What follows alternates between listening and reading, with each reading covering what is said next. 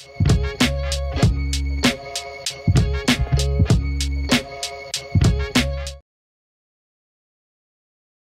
ఇప్పుడు మన ఇండ్లలో అందరూ క్యాన్డ్ వాటర్ తాగుతున్నారు. అందరూ. సో, ఇక్కడేంటంటే అవి తాగడం వల్లే మోకాళ్ళ నొప్పులొచ్చాయని ఇప్పుడు మళ్ళీ ఫిల్టర్స్ ఇంట్లో పెట్టించుకుంటున్నారు. దానికోసం. ప్యూరిఫైయర్ గూడా. సో, ఏం జరుగుతోంది అదే నిజంగా? మీరే చెప్పేశారు ఆన్సర్. హ్మ్. ఫిల్టర్ కొనడం కోసం అది.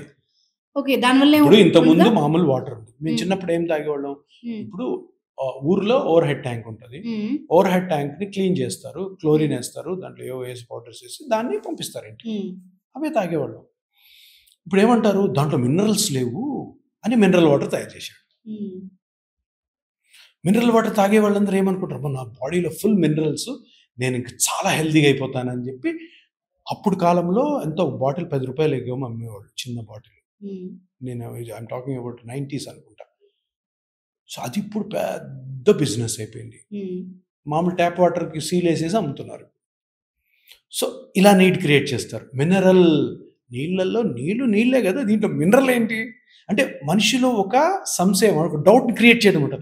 మన ట్యాప్ వాటర్ మినరల్స్ లేవు కదా, సో మినరల్స్ తాగితే మనకి మంచిదని. అంత అబద్ధం. ఎక్కడ ఏ సైన్స్ చెప్పదు. హ్మ్. Commercial activity, highly commercial activity. హ్మ్. ఆ మినరల్ వాటర్ అమ్మేవాడు ఇప్పుడు కోట్లకు పడగెత్తాడు. హ్మ్. ఎన్నో కంపెనీస్ ఉన్నాయి, మీకు తెలిసే ఉంటుంది. ఏం ఉండదు. సరే, ఇంతమంది మరి మినరల్ వాటర్ తాగుతున్నారు కదా, మన జబ్బులు ఏమైనా తగ్గాయా? హాస్పిటల్ కిట్టలాడుతున్నాయి. ఎందుకు? హ్మ్. చూసుకోండి కావాల్సింది. ఇప్పుడు గవర్నమెంట్స్ కూడా ఏం చేయాలా?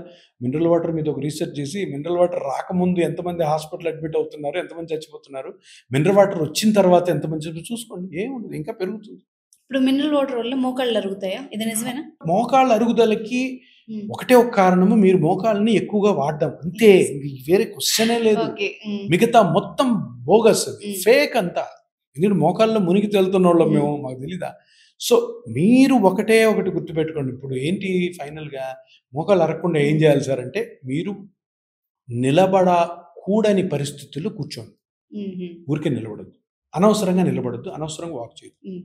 వాకింగ్ చాలా ఇంపార్టెంట్. వాకింగ్ అన్నది ఒకటి స్టార్ట్ అయింది. సార్ అది కొంతమంది ఫ్రీ సార్ కాబట్టి యెస్. కిలోమీటర్లు నడుస్తుంది.